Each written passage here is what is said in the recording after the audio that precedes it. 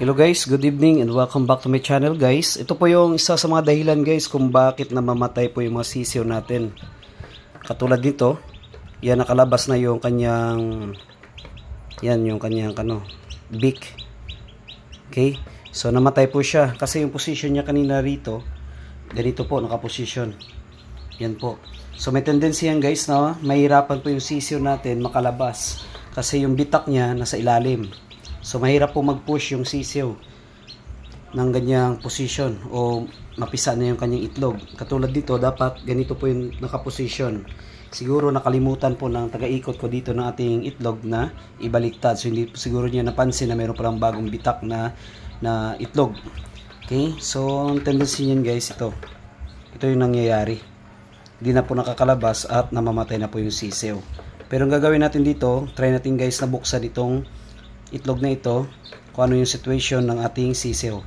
Either kung hindi po ito nakalabas ng kanyang itlog, baka ito ay hindi po well developed, hindi pa na-develop yung sisiw dito sa loob nating itlog.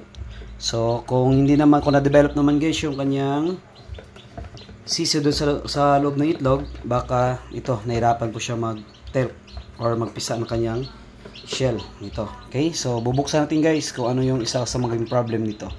Okay, so ito guys yung ating itlog rito, try natin pumuksan. Okay, so namatay na din yung sisiw sa loob. Okay, mas maganda tingnan sa loob. Yan,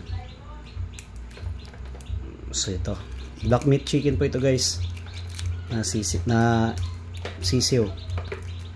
Okay, parang balot siya guys tsura niya. Yan. So di pa masyadong na-develop guys yung sisiw rito. Yan. So ito po guys yung itsura sa loob ng sisiw natin na namatay lang sa loob pa lang ng itlog during hatching. Okay, so yun lang guys.